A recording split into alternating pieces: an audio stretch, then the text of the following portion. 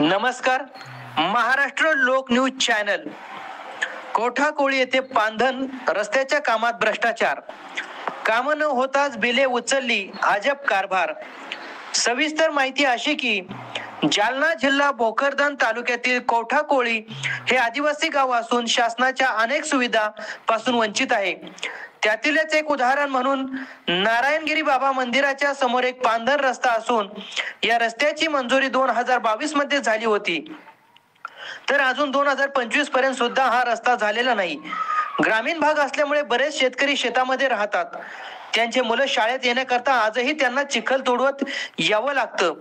जर एखादा patient serious असेल तर त्याला दवाखान्यामध्ये न्यायला फार मोठी कसरत करावी लागते.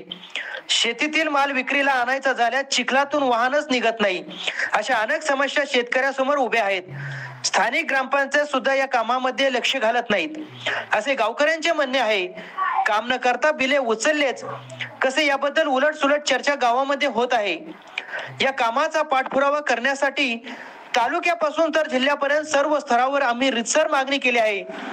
पंचायत समितीने पंचनामा करून सुद्धा आम्हाला आजपर्यंत न्याय मिळाला नाही. सदरील कामाची चौकशी व्हावी व गेल्या 8 वर्षापासून हा रखडलेला पांधर रस्ता शासनाने करून देवा, अशी ही मागणी गावकरी करत आहेत. आमची मागणी मान्य न झाल्यास आम्ही सर्व शेतकरी आंदोलन करू, असा इशाराही ग्रामस्थांनी दिला आहे.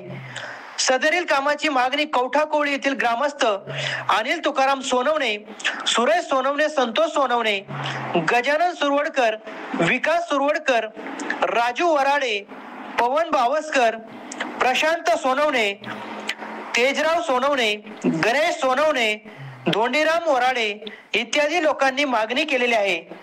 महाराष्ट्र लोक न्यूज चॅनल साठी भोकरदन प्रतिनिधी बाळासाहेब देशमुख. भोकरदन तालुक्यातील आदिवासी गाव कोठाकोळी या गावाचा पांधन रस्त्याचा घोळ आजपर्यंत म्हणजे 2022 पासून तर आज 2025 पर्यंत हा सारखा घोळ चालू आहे.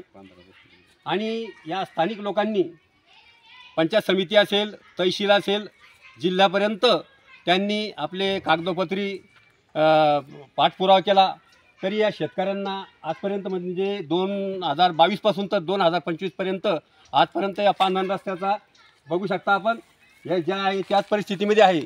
आणि या गावकऱ्यांच्या माहितीवरून असं माहिती मिळाली की स्थानिकच्या या कामाचं कोणीतरी बिलंसुद्धा उचलून घेतलेलं आहे असे गावकरी सांगतात. तरी आजपर्यंत या पांधन रस्त्याचे जे आलं आहे ते आहेच. या पांधन रस्त्याच्या पलीकडे काही शेतकरी राहायला सुद्धा आहेत.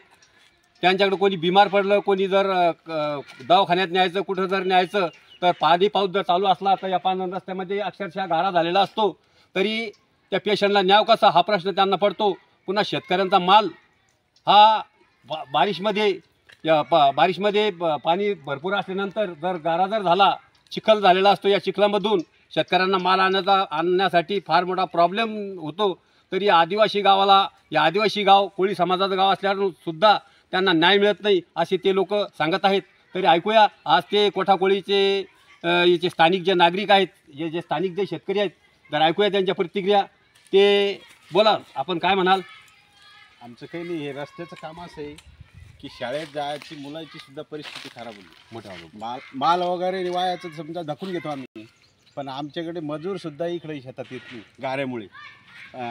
त्याच्यानंतर झालं तर आजारी पडल्यानंतर मारायचंच काम आहे. तिथे यायचे म्हणजे गाडी येते, वाहन येते, बैलगाडीत नेऊन आणावं लागेल समजा, अशी परिस्थिती होती पाऊस पडल्यानंतर. आणि शाळांच्या मुलं जर म्हणलं तर शाळेत जायला लेट म्हणजे उशीर होतो. 1 घंटा रस्त्यातून निघायला लागतो. बैलगाडी वगैरे नाश काढावा लागतो, काही बी समजा माल वगैरे काढणार. अशी परिस्थिती खूप बेकार होईल. या माल सुद्धा कमी पैसे. या पांजीचं काम अगोदर चालू झालं होतं का? चालू झालं तर हे तर काही चालू गेली झालंच नाही. ते नाही का? नाही, चालू वगैरे काही झालं नाही. या पांजीच्या कामाची बिलं सुद्धा उचलले आम्ही असं ऐकलं. असं तुमच्या ऐकण्यात आलं का? तर काही माहित नाही आपल्याला बिलाचं एवढं, पण मग ते मंजूर होतं बा हे माहिती होतं. असं आहे का? आणि याचा आता पाठपुरावा तुम्ही कुठपर्यंत गेला, काय सांगाल? कोणी सांगू शकतो पाठपुरावा कुठपर्यंत गेला कामाचा? सांगा तुमच्या मोठ्या आवाजात. पंचायत समितीला गेलो आम्ही. पंचायत समितीला पत्र दिलं आणि त्याने असं सांगितलं की दिवाळीनंतर काम करू म्हणून चालू. बरं. हां, एमर्जन्सी मार्फत काम मंजूर व्हायला रस्ता हा 29,000चं बिल उचलेल त्यांना 2018 साली हा रस्ता मंजूर व्हायला. या कामाचं बिल सुद्धा उचललं गेलं आणि काम झालेलं नाही असं तुमचं म्हणणं आहे. बरोबर आहे. आणि तुम्हाला न्याय मिळाला पाहिजे असं तुमचं म्हणणं आहे. बरं एक काम न झाल्यास तुम्ही गावकऱ्यातर्फे काय करणार? गाव तर कर्यातर्फे आम्ही आंदोलन करू. बरोबर आहे. हो सर्व शेतकरी मिळून आंदोलन, सर्व शेतकरी मिळून आंदोलन करू आम्ही. भोकरदनला जाऊ. हो आमचे 30-40 लोक राहते इकडं घर. हा बरंच प्रॉब्लेम होतो इकडे. बरोबर. आपण न्याय न मिळाल्याचं आंदोलन छाडणार. बरोबर आहे. धन्यवाद. महाराष्ट्र लोक न्यूज चॅनलसाठी भोकरदन तालुका प्रतिनिधी बाळासाहेब देशमुख. धन्यवाद.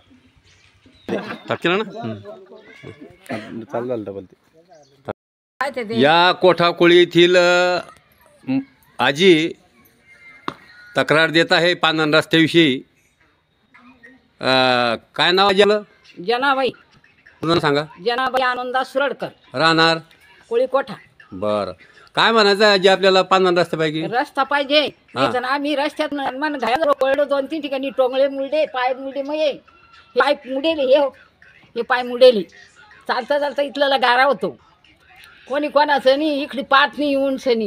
हे गाव आहे कोळीकोठ, पण मग ते पाऊस नाही राहिले ना. आजी किती मागणी करू राहिली त्या तळ्याची आपल्या इथे रस्त्याची? गण झाली 20-25 वर्ष. असं हा 20-25 वर्षापासून पांधन रस्त्याची मागणी करू राहिली. हा रस्ताच नाही देऊ राहिली. पावसाळ्यात फार त्रास होत असेल मग तुम्हाला चिखल झाल्यानंतर? चिखलदरा लगे आणमानीतला गारा जातो आम्ही. चालता चेतनी बदाबद पडतो, लुगडे पाये भरते इथं. बरोबर आहे. शाळेतले मुलं याला त्रास होत असेल आहे ना? शाळेतले मुलं मनुष्य अडचण, जाळ्या जुळ्या लहान येणं अडचण होती, तसेच वापरतो आम्ही. बरं. हनुमान दही नेले वाण नाही लगे.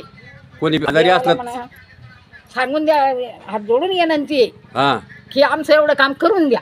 बरोबर आहे. हा हात जोडून येणं ती साहेबाईला म्हणा हा एवढं काम करा.